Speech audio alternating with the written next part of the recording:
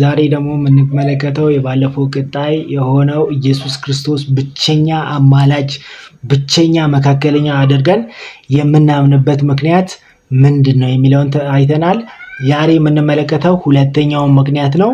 ሁለተኛው ምክንያት ኢየሱስ የብሉይ ኪዳን ካህናት ጥላና የትንቢት ፍጻሜ ነው።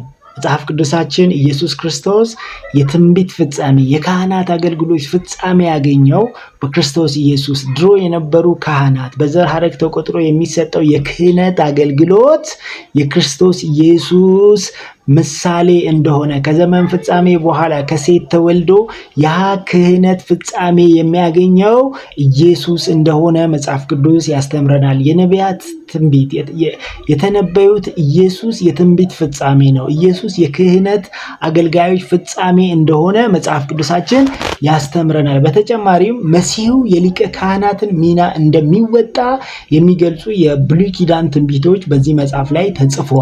ኢየሱስ ክርስቶስ የትንቢት ሁሉ ፍጻሜ፣ ኢየሱስ ክርስቶስ የነቢያት ትምህርት ሁሉ ፍጻሜ እንደሆነ መጽሐፍ ቅዱስ ያስተምራል። ስለዚህ ከዚህ ተነስተን ኢየሱስ ክርስቶስ የነቢያት አገልግሎት ፍጻሜ፣ የክህነት አገልጋዮች ፍጻሜ አድርገን እናምናለን። መጽሐፍ ቅዱስ ያስተምረናል። ስለዚህ ኢየሱስ በመጀመሪያ ደረጃ በብሉይ ኪዳን የነቢያት ፍጻሜ ላይ እንደተገለጸው ለምሳሌ ካህናት በሰውና በእግዚአብሔር መካከል ምልጃን ያካሂዱ ነበረ።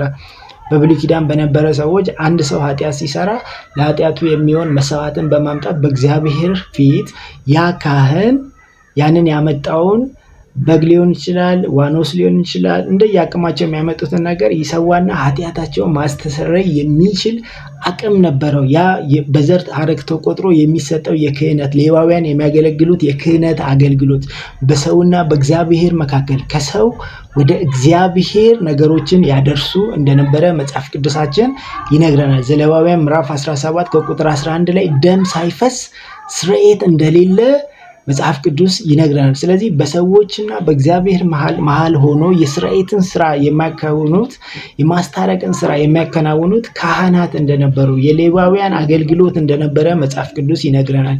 ይህ የሌዋውያን አገልግሎት ፍጻሜ ያገኘው ይህ የሌዋውያን አገልግሎት ምሳሌ ሆኖ ሲያገለግል የነበረው ከዘመን ፍጻሜ በኋላ የሚመጣውን የእግዚአብሔር ልጅ የሚሰራውን የአማላጅነት ስራ በጥላ መልክ እግዚአብሔር በብሉይ ኪዳን ሲያሳያቸው ሲያለማምዳቸው እንደነበረ መጽሐፍ ቅዱስ ይነግረናል።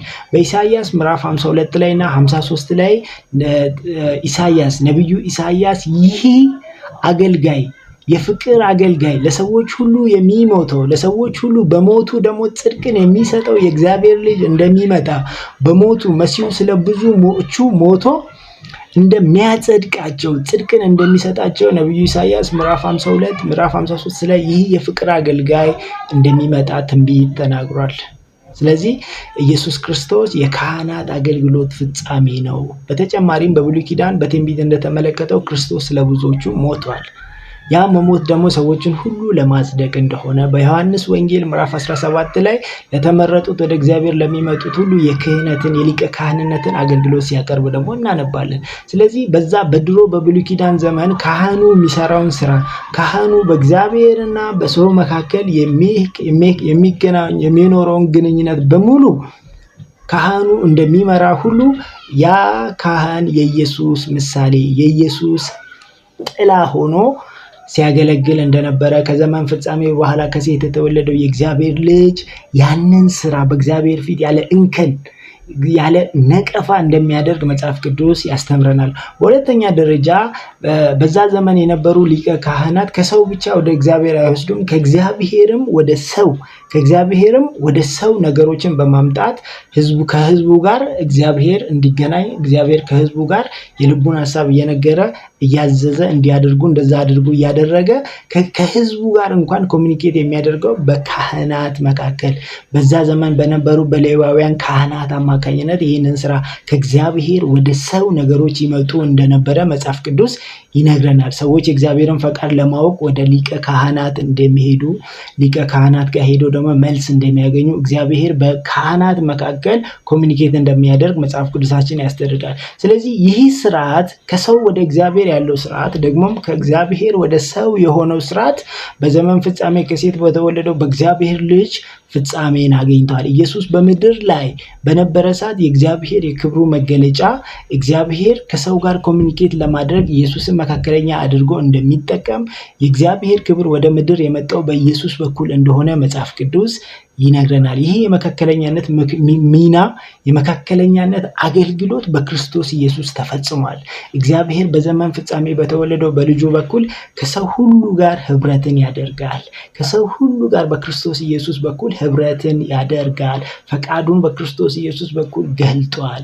ይህ ስራ በድሮ በነቢያትና በካህናት በኩል የሚደረገው ስራ ሁሉ በክርስቶስ ኢየሱስ ተተክቷል።